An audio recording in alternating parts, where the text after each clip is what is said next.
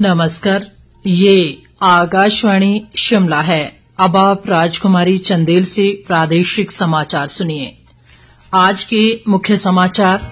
मुख्यमंत्री सुखविंदर सिंह सुक्खू का ऐलान, प्रदेश के कर्मचारियों को 5 सितंबर को वेतन, जबकि पेंशनरों को 10 सितंबर को मिलेगी पेंशन।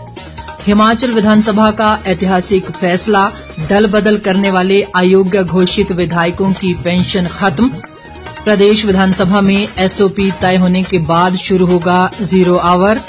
और राज्य सरकार पंचायतों में महिला मंडलों को पौधरोपण और उसका सर्वाइवल रेट बढ़ाने की देगी जिम्मेदारी। अब समाचार विस्तार से। प्रदेश में कर्मचारियों को इस माह वेतन 5 सितंबर को, जबकि पेंशनरों को पेंशन 10 सितंबर को मिलेगी। मुख्यमंत्री सुखविंदर सिंह सुक्खू ने आज शिमला में चल रहे विधानसभा के मानसून सत्र के दौरान एक विशेष वक्तव्य के माध्यम से ये घोषणा की। उन्होंने कहा कि प्रदेश में ये व्यवस्था परिवर्तन वित्तीय अनुशासन लाने के लिए किया गया है और इससे सरकार को हर माह 3 करोड़ रुपए, जबकि साल में 36 करोड़ रुपए की बचत होगी।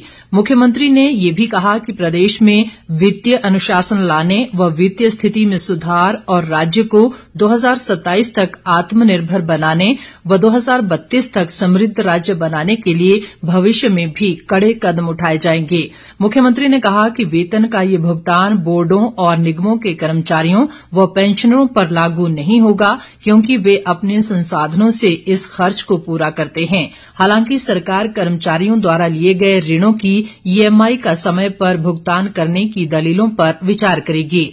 मुख्यमंत्री ने कहा कि सरकार वेतन पर मासिक 1,200 करोड़ रुपए और पेंशन पर 800 करोड़ रुपए खर्च करती है। उन्होंने कहा कि वेतन व पेंशन के भुगतान में देरी का कारण ये है कि सरकार वेतन व पेंशन के भुगतान के लिए हर माह लिए जाने वाले ऋण पर ब्याज की राशि बचाना चाहती है। मुख्यमंत्री ने कहा कि सरकार को हर माह की पहली तारीख को वेतन व पेंशन का भुगतान करना होता है, जबकि 520 करोड़ रुपए राजस्व घाटा अनुदान हर माह की 6 तारीख को केंद्र से प्राप्त होता है। इसी तरह 10 तारीख को 640 करोड़ रुपए केंद्रीय करों से प्राप्त होते हैं। मुख्यमंत्री ने कहा कि अब राज्य सरकार दिसंबर 2024 तक केवल 2,317 करोड़ रुपए का ऋण ही ले सकती है। ऐसे में सरकार को काफी संभल कर वित्तीय अनुशासन बनाना होगा। उन्होंने कहा कि 11 दिसंबर 2022 को जब कांग्रेस की सरकार बनी तो वित्तीय संकट था। उन्होंने कहा कि ऐसे क्या कारण थे कि 2021 में रेवेन्यू सरप्लस होने के बावजूद भाजपा सरकार ने 10,000 करोड़ रुपए का डीए और बकाया क्यों टाल दिया। मुख्यमंत्री ने कहा कि पूर्व भाजपा सरकार ने बिजली बोर्ड की 2,200 करोड़ रुपए की देनदारी छोड़ी है। यही नहीं, चुनाव से ठीक पहले भाजपा ने मुफ्त पानी और 125 यूनिट फ्री बिजली की घोषणा के साथ साथ 600 संस्थान भी बिना बजट के खोल डाले। इससे पहले नेता प्रतिपक्ष जयराम ठाकुर ने पॉइंट ऑफ ऑर्डर के तहत कर्मचारियों और पेंशनरों को वेतन व पेंशन न मिलने का मामला उठाते हुए कहा कि ये एक बहुत गंभीर मामला है, जिस पर सदन को चर्चा करनी चाहिए। उन्होंने कहा कि मुख्यमंत्री हर दिन अपना रुख बदलते रहते हैं, इसलिए प्रदेश सरकार को राज्य की वित्तीय स्थिति को लेकर सारी बात स्पष्ट करनी चाहिए। प्रदेश विधानसभा ने आज एक और ऐतिहासिक फैसला करते हुए अपने उन पूर्व विधायकों की पेंशन खत्म कर दी, जिन्होंने इसी साल प्रदेश सरकार से बगावत की थी और बाद में भाजपा का दामन थाम लिया था। इनमें से 2 विधायकों चैतन्य शर्मा और देवेंद्र भुट्टो की पेंशन पूरी तरह बंद हो गई है, जबकि 4 अन्य विधायकों सुधीर शर्मा, इंद्रदत्त लखनपाल, राजेंद्र राणा और रवि ठाकुर को उनके पिछली विधानसभा के कार्यकाल की पेंशन मिलती रहेगी। ये फैसला दल बदल निरोधक कानून के तहत लिया गया और इस संबंध में प्रदेश विधानसभा ने सदस्यों के भत्ते और पेंशन अधिनियम संशोधन विधेयक विपक्ष के विरोध के बीच ध्वनिमत से पारित कर दिया। विधेयक के पारित होने के बाद अब इसे राज्यपाल की मंजूरी को भेजा जाएगा और मंजूरी मिलने के बाद ही ये कानून बन जाएगा। प्रदेश विधानसभा में 0 आवर आरंभ करने के मुद्दे पर आज सदन में खूब तकरार हुई। विधानसभा अध्यक्ष कुलदीप सिंह पठानिया ने जहां 0 आवर तुरंत शुरू करने की पैरवी की, वहीं मुख्यमंत्री सुखविंदर सिंह सुक्खू और संसदीय कार्य मंत्री हर्षवर्धन चौहान ने ये कहते हुए 0 आवर तुरंत शुरू करने का विरोध किया कि सरकार अभी इसके लिए तैयार नहीं है और 0 आवर आरंभ करने से पहले इस पर विचार विमर्श होना चाहिए और इसकी एसओपी तय होनी चाहिए। विधानसभा में प्रश्नकाल समाप्त होते ही संसदीय कार्य मंत्री हर्षवर्धन चौहान ने 0 आवर का मुद्दा उठाया और कहा कि ये अच्छी परंपरा है, लेकिन इसमें सरकार को विश्वास में नहीं लिया गया है। विधानसभा अध्यक्ष कुलदीप सिंह पठानिया ने कहा कि 0 आवर ऐसा समय है जिसमें जनहित से संबंधित मुद्दे सदन में उठेंगे और ये जरूरी व अति महत्वपूर्ण होंगे। विधानसभा अध्यक्ष ने कहा कि एसओपी वही है जो संसद की है। उन्होंने कहा कि देश में सबसे पहले ई प्रणाली हिमाचल में शुरू हुई और हमें 0 आवर में भी आगे बढ़ना चाहिए। फिर भी अगर सदस्य चाहते हैं तो वे एसओपी बनाकर इसे लागू कर सकते हैं। मुख्यमंत्री सुखविंदर सिंह सुक्खू ने कहा है कि पंचायतों में पौधरोपण करने और उसके सर्वाइवल रेट बढ़ाने के लिए सरकार महिला मंडलों का सहयोग लेगी और इस काम के लिए उन्हें पैसे भी दिए जाएंगे। विधानसभा में आज प्रश्नकाल के दौरान विधायक रणधीर शर्मा के सवाल के जवाब में उन्होंने ये बात कही। मुख्यमंत्री ने कहा कि प्रदेश में पौधरोपण के बाद पौधों का सर्वाइवल रेट 50 से 60% है। इसे बढ़ाने के लिए सरकार पौधरोपण कार्य में परिवर्तन करने पर विचार कर रही है। मुख्यमंत्री ने कहा कि वनों में पौधरोपण में 60% फलदार पौधों को लगाया जाएगा और पौधों का सर्वाइवल रेट बढ़ाने के लिए सरकार वन मित्रों की भर्ती करने जा रही है। विधायक सुरेंद्र शौरी के सवाल के लिखित जवाब में मुख्यमंत्री ने कहा कि प्रदेश में 31 जुलाई 2024 तक गौ तस्करी के 9 मामले दर्ज हुए हैं। इन मामलों में दोषियों को गिरफ्तार कर कानूनी कार्रवाई अमल में लाई जा रही है। विधायक सुधीर शर्मा और केवल सिंह पठानिया के संयुक्त सवाल के जवाब में मुख्यमंत्री ने कहा कि प्रदेश सरकार ये सुनिश्चित करेगी कि गग्गल हवाई अड्डे के विस्तार के लिए भूमि अधिग्रहण करते समय लोगों को पर्याप्त मुआवजा मिले। मुख्यमंत्री ने कहा कि गग्गल हवाई अड्डे का विस्तार करना सबसे आसान था, इसलिए सरकार इस पर ध्यान केंद्रित कर रही है।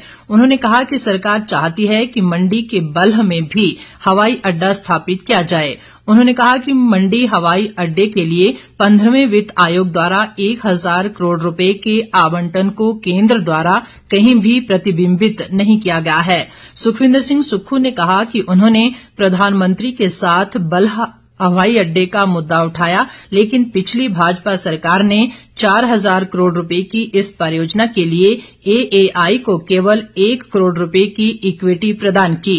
मुख्यमंत्री ने कहा कि 400 करोड़ रुपए की लागत वाले अंतर्राष्ट्रीय कन्वेंशन सेंटर परियोजना के लिए अभी तक एडीबी के साथ कोई समझौता नहीं हुआ है।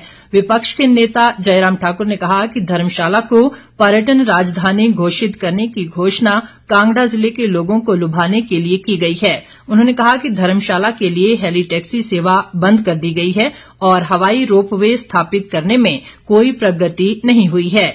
मुख्यमंत्री ने कहा कि उड़ान योजना के तहत बनाए गए हेलीपोर्ट चेक इन और चेकआउट सुविधाएं बनने के बाद ही शुरू किए जा सकते हैं। मूल प्रश्न के उत्तर में मुख्यमंत्री ने कहा कि सरकार कांगड़ा को टूरिस्ट कैपिटल बनाने की दिशा में काम कर रही है, जिसकी अगले बजट में झलक दिखेगी। विधायक भुवनेश्वर गौड़ के सवाल के जवाब में स्वास्थ्य मंत्री कर्नल धनीराम शांडिल ने कहा कि चंडीगढ़ मनाली लेह मार्ग के आसपास कोई भी हार्ट स्पेशलिटी सुपर स्पेशलिटी अस्पताल मौजूद नहीं है। स्वास्थ्य मंत्री ने कहा कि कुल्लू से मनाली के बीच 24 घंटे की सुविधा जिला अस्पताल कुल्लू, नागरिक अस्पताल मनाली और सामुदायिक स्वास्थ्य केंद्र पतलीकूहल में उपलब्ध है, जो कि यातायात को देखते हुए पर्याप्त है। प्रदेश में 100 उद्यमियों ने अपनी लीज ट्रांसफर करने के लिए आवेदन किया है और 100 उद्यमी ऐसे हैं जिन्होंने अपना बिजली का कनेक्शन काटने के लिए आवेदन किया है। इसके अलावा कई उद्यमियों ने अपना जीएसटी नंबर सरेंडर कर दिया है और इसकी जानकारी आबकारी व कराधान विभाग से मांगी गई है। उद्योग मंत्री हर्षवर्धन चौहान ने विधायक जनकराज और जीतराम कटवाल के संयुक्त सवाल के जवाब में ये बात कही। हर्षवर्धन चौहान ने कहा कि प्रदेश में 1 जनवरी 2023 से 30 जून 2024 तक 5293 नए उद्योग आरंभ हुए हैं। उद्योग मंत्री ने कहा कि सिंगल विंडो क्लीयरेंस कमेटी के तहत 402 उद्यमियों को काम शुरू करने की मंजूरी दी गई है।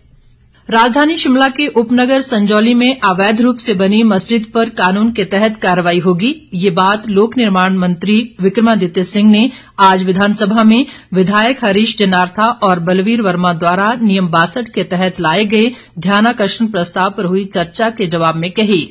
विक्रमादित्य सिंह ने कहा कि मस्जिद में अवैध निर्माण का मामला नगर निगम शिमला आयुक्त की अदालत में वर्ष 2010 से विचाराधीन है और इस पर जैसे ही फैसला आएगा वैसे ही फैसले के अनुसार कार्रवाई होगी। उन्होंने कांग्रेस और भाजपा दोनों ही दलों के विधायकों से इस मामले को तूल न देने का आग्रह किया ताकि सांप्रदायिक सद्भाव बना रहे। अंत में मुख्य समाचार एक बार फिर। मुख्यमंत्री सुखविंदर सिंह सुक्खू का ऐलान, प्रदेश के कर्मचारियों को 5 सितंबर को वेतन जबकि पेंशनरों को 10 सितंबर को मिलेगी पेंशन। हिमाचल विधानसभा का ऐतिहासिक फैसला, दल बदल करने वाले अयोग्य घोषित विधायकों की पेंशन खत्म। प्रदेश विधानसभा में एसओपी तय होने के बाद शुरू होगा 0 आवर। और राज्य सरकार पंचायतों में महिला मंडलों को पौधरोपण और उसका सर्वाइवल रेट बढ़ाने की देगी जिम्मेदारी। इसके साथ ही ये समाचार बुलेटिन समाप्त हुआ। नमस्कार।